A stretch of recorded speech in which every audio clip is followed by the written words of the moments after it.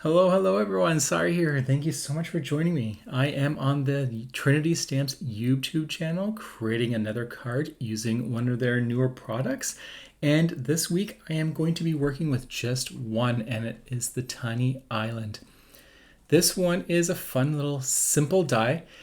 The reason I like this die is because it has the layering dies to make different elements. For example, you have the palm trees. This is actually the boat, and those are the sails and the island there. And it also comes with 3 styles of water, and you can use these on anything, right? You don't need to use it just on this specific die set. And I like that, having that little bit of flexibility, because sometimes there's going to be another product comes out and this will work great with it. So I'm going to be playing with just this one, and let's see what we can create. So sit back, relax. Don't forget to subscribe and like, and let's start making a card together. Okay, let's start with our 3 colors. We're going to do some ink blending with some green, yellow, and festive berry red. I'll start with the yellow because I like to get that out of the way so that I'm not gunking up my blending brush with a different color. However, when it comes to ink blending, I always find that I need to go over a second and third time. So sometimes the color does get lifted up. But for usually a rule of thumb is I try to get yellow or the lightest color down first. So that's what we're going to do. We're going to create this big yellow block because we're going to overlap it with the other colors. Next, we'll do the green, and we're just going to slightly go over that yellow. Green and yellow don't blend the best. It's not a color because you're working with a primary and a secondary color, and they don't really create a tertiary color, if that's a word. It kind of just either becomes really a shade of green or brown sometimes. But it's not too bad. I'm not going too heavy on it. I'm just trying to get that subtle, just right green to yellow. And then for the rest of the bottom, we'll do the red, and we're going to cover a majority of it. So that's why I'm going to just do the whole thing, because I'm not really sure where I am going to be putting all my pieces down.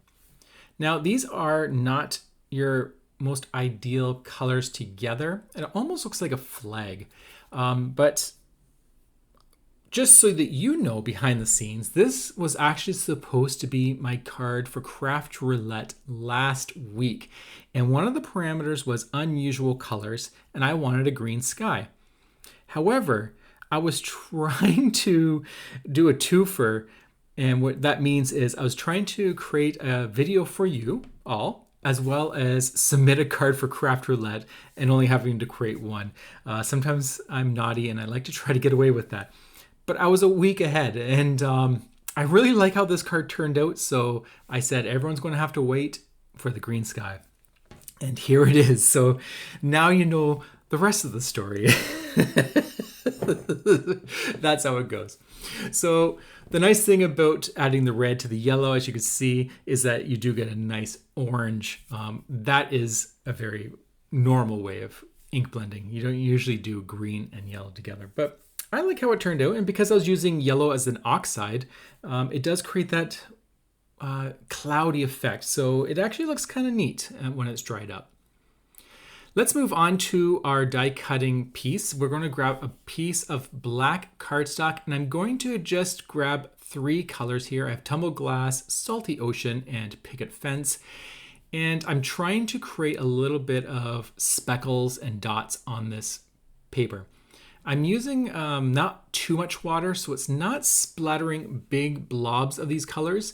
They're very fine specks, and they almost look, except for my finger, white. And they're almost all look exactly the same. But when you actually look at it up close, you'll see that there's blue and white. And then I grabbed this marker. It's a Spectrum Noir Sparkle marker. And if you use it on an acrylic block and flick it, you get all these sparkly, lovely blobs on your card stock. And so I'm now waiting. Once that's dried, I'm going to die cut the palm trees, some water, and that little island. Of course, I forgot to pick up the island. Well, there we go. We'll just grab that. And I'm going to die cut those all off camera. And there we go. We'll play around with those. But first, because we're working with a layered die set and these are all black, we're going to bring in that picket fence white ink again. Any white ink will work, or any light color. And we're going to just do the tips of every piece of die cuts. And what that's going to do is just subtly create a separation between all the pieces. Otherwise, they're all going to get blurred together. Even when you're holding up close, it'll be a little bit hard to see. So you don't need to go heavy with the white. You just want to create enough so that when it's layered, you will definitely see the black on each layer. Now, for my sentiment, I am going to go with something that's just a typical, this is the sentiment I think of when I think of island and summer, and it's aloha.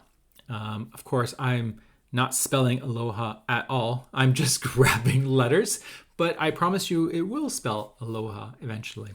In fact, it looks like I'm spelling hola, and I'm not sure if that's a word or maybe that's just slang of aloha, but we're going to cut those letters out 3 times. So I guess I did fib a little bit. I said we're only going to use 1 die. This is actually the second one. This is the Funfetti Alphabetti die set that was also released. I absolutely love this die set. It is an alphabet die and it has numbers, and you can create really beautiful, fun sentiments with that font. And so there we go. Aloha spelt wrong. I'll fix that. 1 second. There we go. And that's why I love this die. And so it's going to really look great on this card. Now it's time to assemble everything. I'm not going to glue all the way to the top because we're going to be doing some tucking and I don't know exactly where all the positioning is going to be. I did trim down that inked background to 4 inches by 5 1/4. So there's going to be that 1/8 of an inch border around the base of the card. So that's why we have some overhang. And we're going to trim all that off. But so you can see why I didn't want to glue all the way down or all the way up to the top, because we're going to tuck that island in there. I'm now going to put my palm trees. And once again, I'm also going to tuck this underneath just slightly.